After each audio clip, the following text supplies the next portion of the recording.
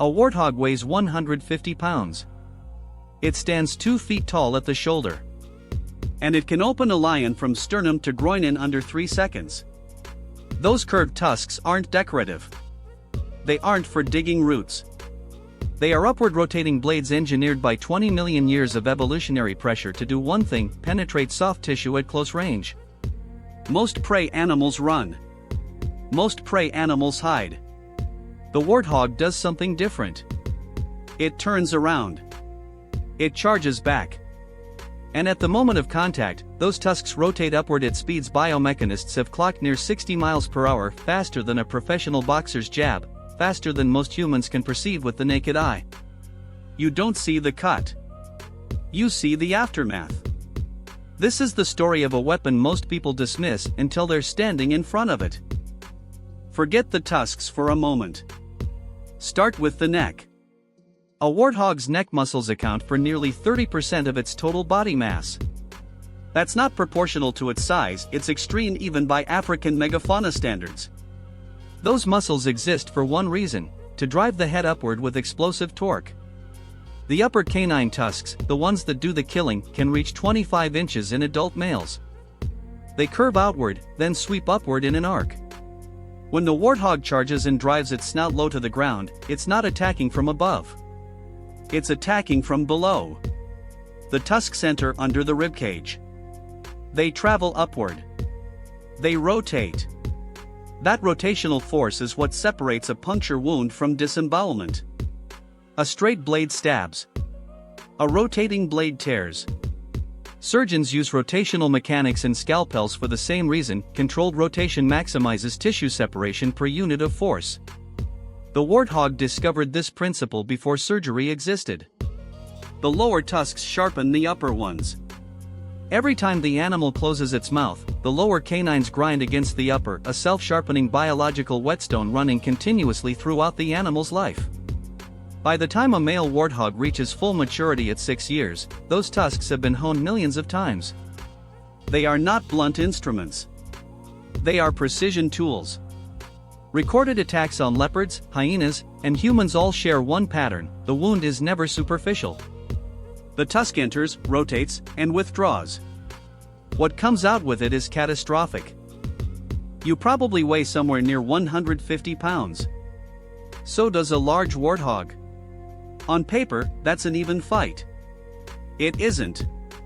Your fastest punch lands around 20 miles per hour if you're untrained. A trained MMA fighter hits at 35. The warthog's tusk strike lands at 60. You have no weapon with that speed attached to your body. Your fastest reflex, a flinch, a duck, a step back, takes 150 to 300 milliseconds to execute. The warthog's charge covers 6 feet in under 400 milliseconds. By the time your nervous system registers the movement and sends a motor signal to your legs, the contact has already happened. You didn't react slowly. Biology just didn't build you for this. The tusks are the headline. But the biology supporting them is stranger than most people realize. A warthog's skull is reinforced with bony protrusions, the warts that give the animal its name. These aren't glands or fat deposits. They are structural buffers.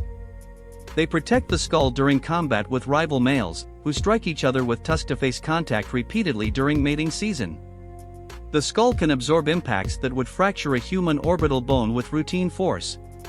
The skin over those warts reaches 2.5 centimeters in thickness. That's nearly an inch of dermal armor on the face alone. And then there's the retreat behavior, which is not a retreat at all. When a warthog runs toward its burrow, it enters backward. Deliberately.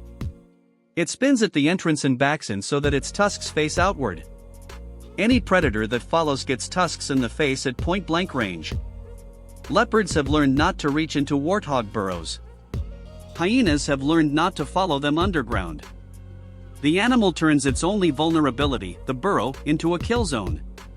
There's one more detail that reframes everything. Warthogs have almost no fat reserves. They can't afford to be injured. An injured warthog that can't forage dies within days. So this aggression isn't bravado. It's survival math. The animal fights because fleeing has a cost it cannot pay. Every charge is calculated. Every rotation of those tusks is the product of an animal that has no margin for error. We tend to measure dangerous animals by size, by venom, by speed across open ground. We picture the lion, the crocodile, the great white shark. We don't picture a pig-shaped animal standing 2 feet tall. That's the miscalculation. The warthog exposes something specific about human vulnerability. We are not built for close-range, low-vector attacks.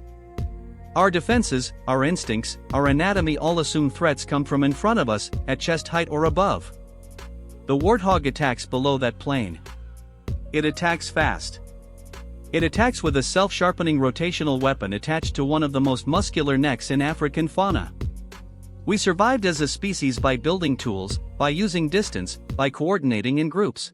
The warthog is one of dozens of animals that kill through mechanisms humans never see coming. If this breakdown changed how you think about close-range animal biomechanics, subscribe.